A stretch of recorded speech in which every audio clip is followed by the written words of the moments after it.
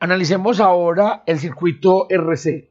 Entonces ya nos vamos a meter, digamos, en otro campo que es los voltajes análogos, o sea, los voltajes cambiando en el tiempo y cómo este circuito responde a este voltaje cambiando en el tiempo.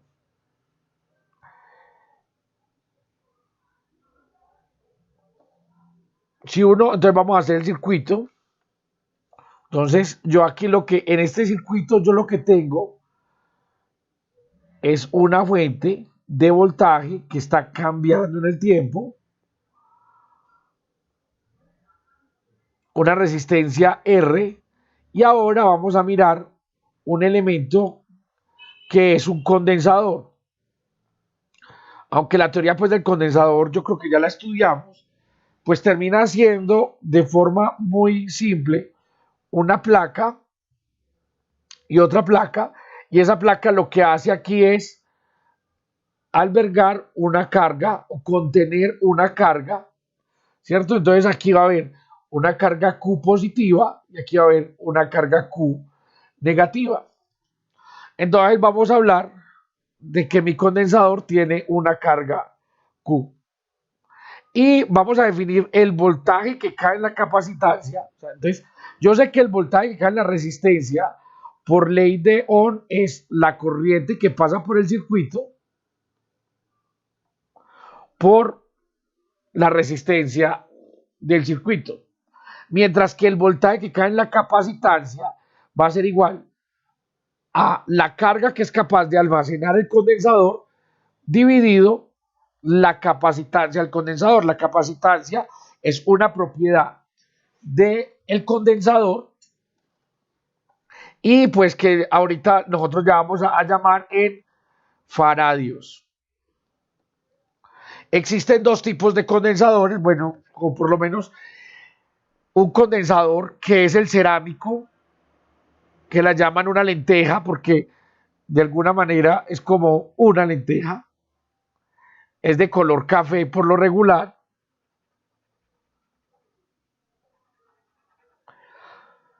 Y aquí trae unos números. Por ejemplo, uno muy común es el 104. Hay otros que son electrolíticos. Entonces, este es el tarrito ese que uno ve y tiene un menos muy bien marcado.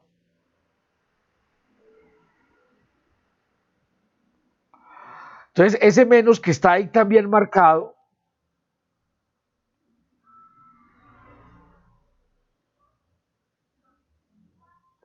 lo que me dice es que este es el negativo de ese condensador. Aquí viene la pata negativa, aquí viene la pata positiva, y este condensador electrolítico tiene un pequeñísimo problema, y es que hay que conectarlo, el negativo, a un potencial más bajo y el positivo a un potencial más alto.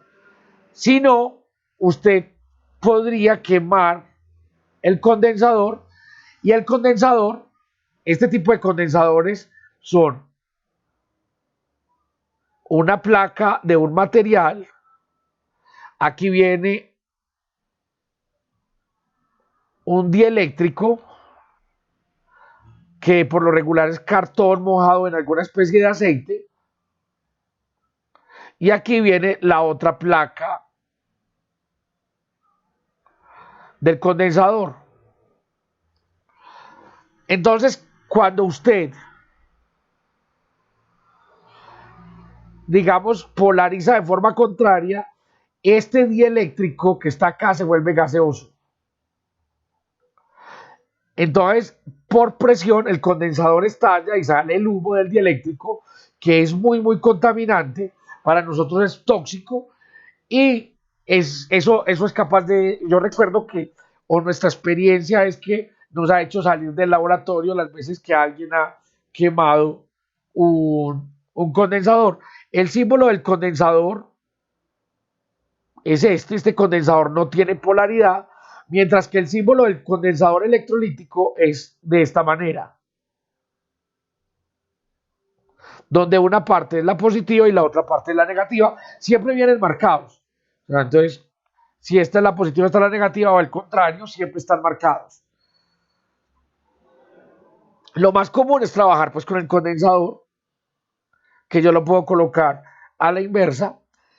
Volvamos aquí al electrolítico. El condensador, este condensador electrolítico tiene un voltaje escrito aquí, y entonces si usted supera ese voltaje y lo tiene en inverso, el condensador se daña. Los condensadores, o sea, un condensador, por ejemplo, es común que usted llegue y saque un condensador que diga 10 MF. Entonces aquí esa M la colocan en mayúscula, pero no quiere decir que sean megafaradios. Cuando uno escribe mega, entonces uno hace el cálculo alguna vez por allá en física 2, se da cuenta que un megafaradio tiene que ser un condensador del tamaño del Sol. Entonces, como se supone que todos sabemos que un megafaradio no vamos a tener un condensador de un megafaradio, esto lo que significa es 10 milifaradios, así la M sea mayúscula. Entonces no nos vamos digamos, a equivocar por ese lado. Y otra de las cosas, por ejemplo, este 104. Entonces, los dos primeros números son los dos primeros números de la capacitancia. Y este 4 significa que tiene 4 ceros. 1, 2, 3, 4 ceros. O sea que, y la unidad, cuando están estos condensadores marcados de esta manera, es picofaradios. O sea, esto es 100.000 por 10 a la menos 12 faradios, o lo mismo que 100 por 10 a la menos 9 faradios, o sea, 100 nanofaradios, o eso también se puede escribir como 0.1 por 10 a la menos 6 faradios, o sea que eso es 0.1 microfaradio. Para los cálculos hay que trabajar en faradios, pero los condensadores por lo regular vienen en micro y en milifaradios. Incluso hay tan pequeños de picofaradios. Ya depende pues cómo lo usemos a la hora de hacer los cálculos. Entonces yo les decía, bueno, el voltaje en la capacitancia es igual a Q sobre la capacitancia. Y entonces vamos a mirar cómo sería, vamos, otra vez, tengo mi resistencia y tengo mi capacitancia. Y entonces vamos a suponer que el voltaje que está entrando es un voltaje sinusoidal. O sea, todo este análisis que voy a hacer funciona para voltajes sinusoidales. Entonces, digamos que el voltaje que me está dando esta señal es voltajes igual a una amplitud por el seno de omega por tiempo. O sea, ahí hay una frecuencia metida, una frecuencia involucrada. Entonces, la onda es como de este tipo. Entonces, ¿qué pasa en la resistencia cuando yo coloco esa onda? ¿Y qué pasa en la capacitancia cuando yo coloco esa onda? Entonces, miremos, ¿qué me dice la ley de Kirchhoff? O sea, la ley de mallas. Que la caída de potencial en la resistencia más la caída de potencial en la capacitancia tiene que ser igual al voltaje que me está dando la fuente. O sea, algo así como el voltaje que me está dando la fuente, que es dependiente del tiempo, tiene que ser igual al voltaje que está cayendo en la resistencia más el voltaje que cae en la capacitancia. Y entonces el voltaje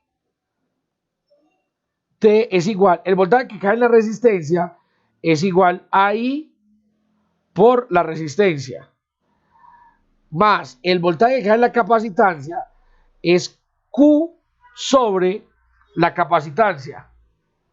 Y entonces ahí recuerden que cuando empezamos a hablar de circuitos habíamos definido la corriente como el cambio de la carga con respecto al tiempo. Entonces yo paso ese dt, esto me queda que I por dt es igual al cambio de la corriente. Y entonces se integro aquí también. Entonces me queda que la integral de I dt es igual a Q. Entonces yo podría colocar que el voltaje con respecto al tiempo es igual a la corriente, que también debería cambiar con respecto al tiempo, por R, más 1 sobre la capacitancia, que es una constante del elemento del material, dividido la corriente de T. Pero esa ecuación está como fea. Vamos a volver a la ecuación, a esta, y más bien derivemos. Entonces, la derivada con respecto al tiempo del voltaje es igual a la derivada de la corriente con respecto al tiempo por la resistencia más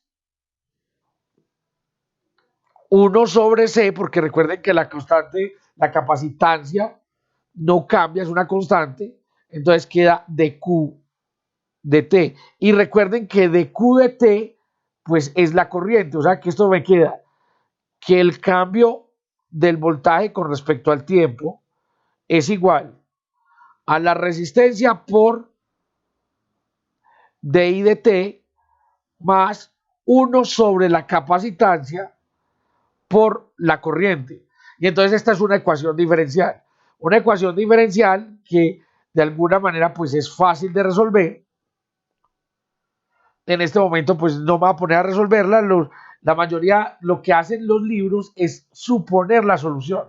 Es más fácil que solucionar la ecuación. Aunque si ustedes quieren solucionar la ecuación para hacer un análisis mucho más detallado, lo pueden hacer. Pero yo lo que voy a hacer es suponer una corriente igual a una amplitud y que tenga la misma forma que la del voltaje, pero a mí nadie me garantiza que aunque tenga la misma forma, no esté desfasada. Entonces le voy a sumar una fase a esa corriente. Y entonces yo con esta solución, recuerden que cuando uno supone una solución, pues va y la coloca dentro de la ecuación y trata de mirar las constantes a que son iguales. Entonces, vamos a hacer eso. Recuerden que esto es la derivada con respecto al tiempo y el voltaje lo habíamos supuesto como una amplitud constante por el seno de WT. Y esto es igual a R por la derivada con respecto al tiempo de la corriente, que yo la supuse una IP por el seno, o sea, una amplitud por el seno de WT más phi, más 1 sobre la capacitancia, y la corriente es una amplitud por el seno de WT más phi. Y vamos a tratar de resolver eso. Entonces esto me queda, pues la derivada de seno es coseno, y entonces esto me queda la amplitud del voltaje por W, cuando derive el seno me va a salir W, por coseno de WT. Y esto tiene que ser igual a R. De la misma manera sale la amplitud, sale W por el coseno de WT más phi, más 1 sobre la capacitancia, la amplitud por el seno de WT más phi. Y entonces usemos las funciones trigonométricas para reemplazar este coseno de WT más phi y para reemplazar este seno de WT más phi. Entonces recordemos que esto es B, P, W. Recuerden que W es la frecuencia, WT es igual a R que multiplica a la amplitud de la corriente por, ay, me faltó W, coseno de WT. Entonces, coseno de WT, recuerden que es coseno de WT por coseno de phi menos seno de WT por seno de phi. Eso es una identidad trigonométrica. Ahora vamos con la otra parte, más 1 sobre C por la amplitud que es IP, y entonces el seno está dado por coseno de WT por el seno de phi, más el seno de phi por, perdón, ahí sí la embarré, el seno de WT por el seno de phi. Y entonces, ahora sí, juntemos los que tienen coseno de WT y los que tienen, entonces juntemos los que tienen coseno de WT y los que tienen seno de WT. Entonces vamos con los que tienen coseno de WT. Entonces es voltaje pico por W, coseno de WT tiene que ser igual. Entonces está R y P por W que multiplica a coseno de WT por coseno de phi más 1 sobre C y P coseno de WT por seno de phi. Y ahora vamos a escribir los que tienen el seno de WT o que multiplican por seno de WT. Entonces, más R por IP por W. Entonces, y este no es más, es menos. Ya lo acabo de ver. Cuando lo multiplico aquí me queda menos. Menos seno de WT por seno de phi.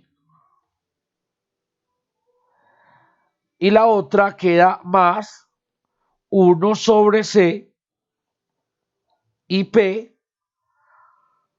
seno de WT por seno de phi. Y entonces, ahora pues la parte verde, que es lo que tienen los cosenos, como no puede depender del coseno, pues todo está multiplicando por el coseno, entonces eso tiene que ser igual. Y la parte roja, que es la que tiene el seno, otra vez de la misma manera, esto tiene que ser igual a cero, ¿cierto? Para que no, para que para cualquier seno de WT, pues me dé lo que tengo, o sea, me dé esta ecuación. Entonces, lo que tiene coseno de WT, pues queda entonces voltaje pico por W es igual a R por IP por W por coseno de phi más 1 sobre C la amplitud por seno de phi. Y esta la podríamos llamar como la ecuación 1.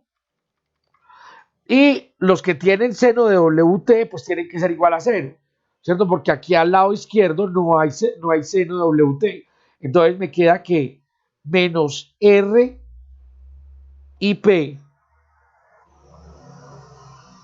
seno de phi es igual a 1 sobre C. Bueno, en alguna parte la embarré porque eh, este segundo es que aquí este es por coseno de phi. Yo sé que todos cuando lo escribí ahí mismo vieron mi error, pero lamentablemente pues no me pudieron decir. Yo sé que sí. Y aquí pues lo va a tener por coseno porque me iba a dar como muy fácil. Y aquí no es igual, apenas estoy sumándolos. Entonces más 1 sobre C, la amplitud por el coseno de phi, y esto tiene que dar igual a 0. De esta es muy fácil deducir. Paso el que tiene el coseno para este lado, me queda que la amplitud se va a cancelar, R seno de phi es igual a 1 sobre la capacitancia coseno de phi. Y entonces me da que, paso el coseno a dividir, me da que la tangente de phi es igual a 1 sobre RC. Lo que me quiere decir que la fase, a ver, creo que boté una W también, no, estoy perdido. Entonces aquí va una W, a ver, sí, aquí va una W, RIPW, entonces aquí me queda WRC, o sea, 1 sobre WRC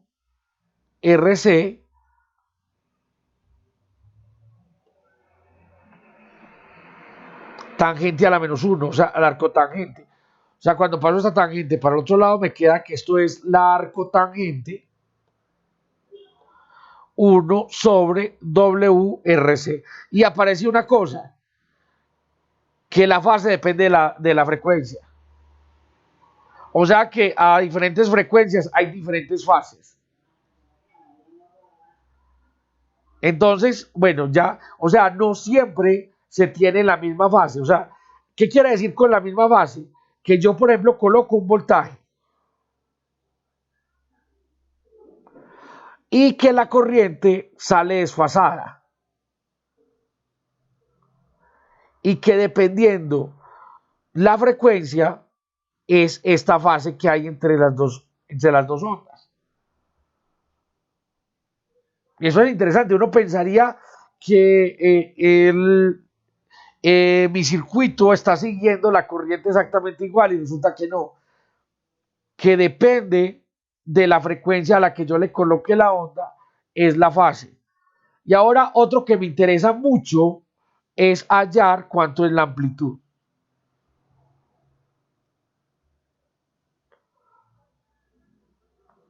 Entonces la amplitud no voy a hacer el cálculo, voy a pastelear. Ustedes pueden tratar de llegar. La amplitud de la corriente es esta. Entonces la amplitud es W por la capacitancia.